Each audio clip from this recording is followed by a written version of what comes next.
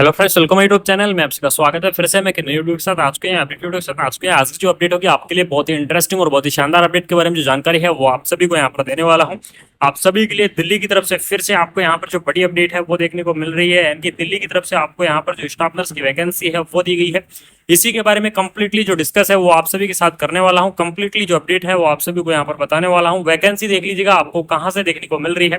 Department of the paediatric Kalavati Saran children hospital और Lady Hardinge Medical College की तरफ से, यानी कि गवर्नमेंट मेडिकल कॉलेज की तरफ से आपको यहाँ पर जो वैकेंसी है वो देखने को मिलेगी। तो वैकेंसीज के बारे में कंप्लीटली जो इन्फॉर्मेशन है वो आप सभी को देने वाला हूँ कि कब से आप वैकेंसीज को अप्लाई कर सकते हैं।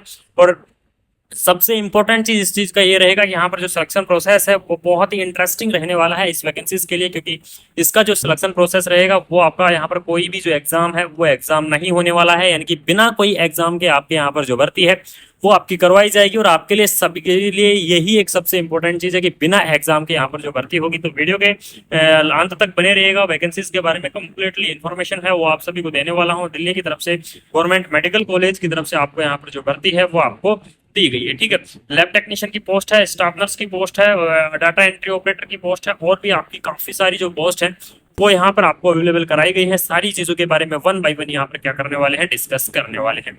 तो सबसे पहले देख लीजिएगा, आपको यहाँ पर लैब टेक्नीशियन की जो पोस्ट है वो आपको यहाँ पर दी गई है। वैकेंसी नोटिस आपका रिलीज कर दिया गया है।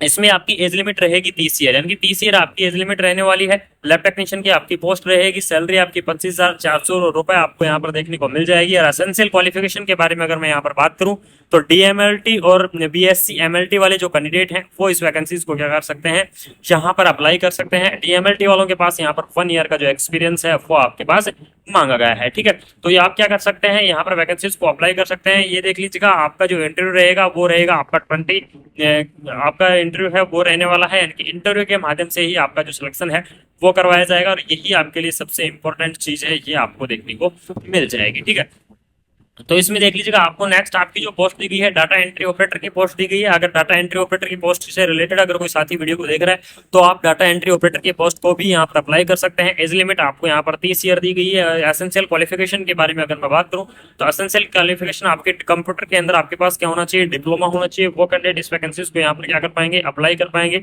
इसका इंटरव्यू आपका क्या रहने वाला है, 24 जून को आपका जो इंटरव्यू है वो आपको देखने को उसके बाद में देख लीजिए, आपको फील्ड वर्कर की जो पोस्ट है वो आपको यहाँ पर दी गई है। 22,860 रुपए पर मंथ के हिसाब से जो सैलरी है वो आपको यहाँ पर देखने को मिल जाएगी। अगर एज लिमिट के बारे में अगर मैं डिस्कस करूँ तो 28 ईयर इसकी जो एज लिमिट है वो आपकी यहाँ पर रहने वाली है। आपके किसी भी सब्जेक्ट के अंदर ग्रेजुएशन होनी चाहिए, यानी कि 12th वाले जो कैंडिडेट हुए हैं वो भी इस वैकेंसीज को अप्लाई कर पाएंगे। साथ में आपके पास ग्रेजुएशन होनी चाहिए तो आप इस वैकेंसीज को अप्लाई कर सकते हैं। उसके बाद में प्रोजेक्ट कोऑर्डिनेटर की आपको पोस्ट दी गई है। प्रोजेक्ट कोऑर्डिनेटर की पोस्ट की जो सैलरी है 35,560 रुपए पर मंथ आपको देखने को मिल जाएगी। एज लिमिट आपकी यहाँ पर 35 ईयर रहेगी।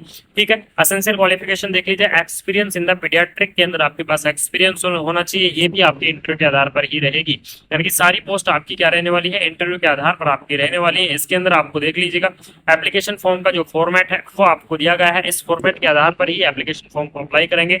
अब हम चलते हैं सबसे इंपॉर्टेंट चीज जो हमारे स्टाफ नर्स की पोस्ट है उसके बारे में यहाँ पर डिस्कस करेंगे। तो यहाँ पर देख लीजिएगा, आपको स्टाफ नर्स की जो पोस्ट है वो आपको यहाँ पर अवेलेबल कराई गई है। 35,560 रुपए पर मंथ के हिसाब से जो सैलरी है वो आपको यहाँ पर देखने को मिल जाएगी।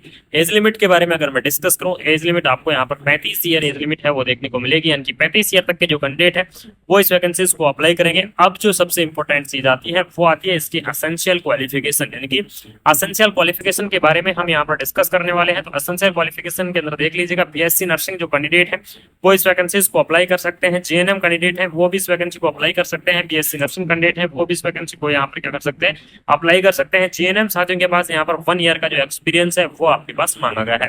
ठीक है, तो स्टाफ नर्स की पोस्ट के लिए अगर मैं कुल मिला के बात करूं तो बीएससी नर्सिंग कैंडिडेट इस वैकेंसीज को अप्लाई कर पाएंगे। उसके बाद में जो पोस्ट बीएससी नर्सिंग कैंडिडेट हैं वो भी इस वैकेंसी को अप्लाई कर पाएंगे। एमएससी नर्सिंग कैंडिडेट हैं वो भी इस वैकेंसी को अप्लाई कर पाएंगे। ठीक है, और अगर जीएनएम साथी हैं, जीएनएम साथी भी इस वैकेंसीज को अप्लाई कर पाएंगे। लेकिन जीएनएम साथियों के पास यहाँ पर जो 1 ईयर का जो एक्सपीरियंस है वो आपके पास यहाँ पर मांगा गया है। तो ये आपकी क्या रहने वाली है, स्टाफ नर्स की पोस्ट की एलिजिबिलिटी रहने वाली है। 35 ईयर तक के जो साथी हैं वो इस वैकेंसीज को यहाँ पर अप्लाई कर पाएंगे। इंटरव्यू के आधार पर आपकी वैकेंसी रहेगी। यहाँ पर आपको देख लीजिएगा, आपको इंटरव्यू कहाँ देके आना है, ये सबसे इंपॉर्टेंट चीज आपकी रहने वाली है। तो इंटरव्यू आपको देखिए आना है Kalavati Saran general hospital New Delhi के अंदर। आपको जो इंटरव्यू है वो आपका लगने वाला है। तो और इंटरव्यू के लिए आपको 10:30 से पहले पहले आपका पहुंचना होगा। अगर 10:30 AM से पहले पहले अगर आप नहीं पहुंचते हैं तो आपको वहां पर एंट्री नहीं दी जाएगी, यानी कि अलाउ नहीं किया जाएगा। तो आपको क्या करना है, 10:30 से पहले पहले आपको इंटरव्यू के लिए वहां पर पहुंचना होगा। और साथ में आपको क्या चीज लेके जानी है वो भी यहाँ पर देख लीजिएगा।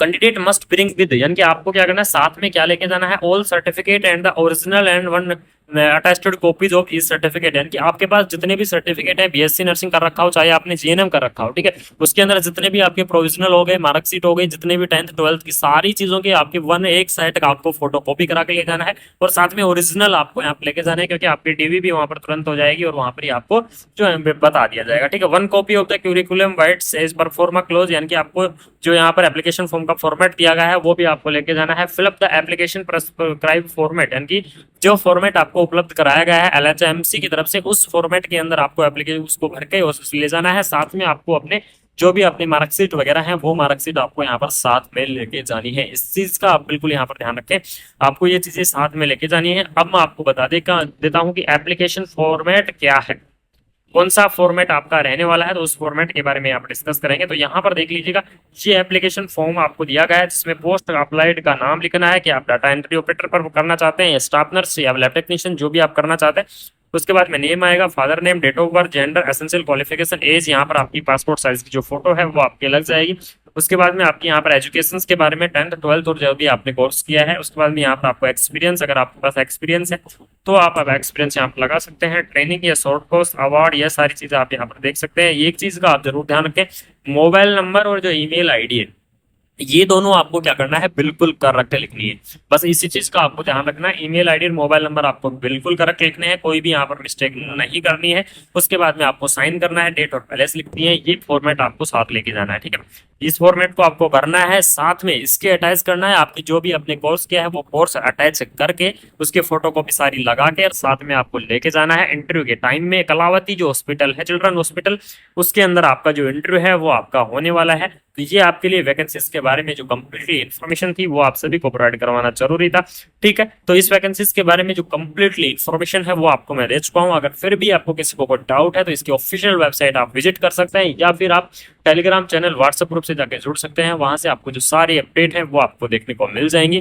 तो सभी साथियों से यही निवेदन रहेगा कि वीडियो को आप जरूर से सेंड करिएगा। विशेषकर ये लोकेशन है, लोकेशन आपकी यहाँ पर बहुत ही अच्छी खासी रहने वाली है, यानी कि दिल्ली के अंदर आपकी जॉब लोकेशन रहेगी, जो कि काफी सारी जो कैंडिडेट है उनका सपना होता है दिल्ली के अंदर जॉब करने का, या फिर इसके आसपास के जो साथी हैं वो इस वैकेंसीज को यहाँ पर क्या कर सकते हैं, अप्लाई कर सकते हैं। अगर कोई डाउट हो तो बिल्कुल आप कमेंट कर दीजिएगा, आपके कमेंट यहाँ पर देखे जाएंगे, आपको रिप्लाई भी किया जाएगा।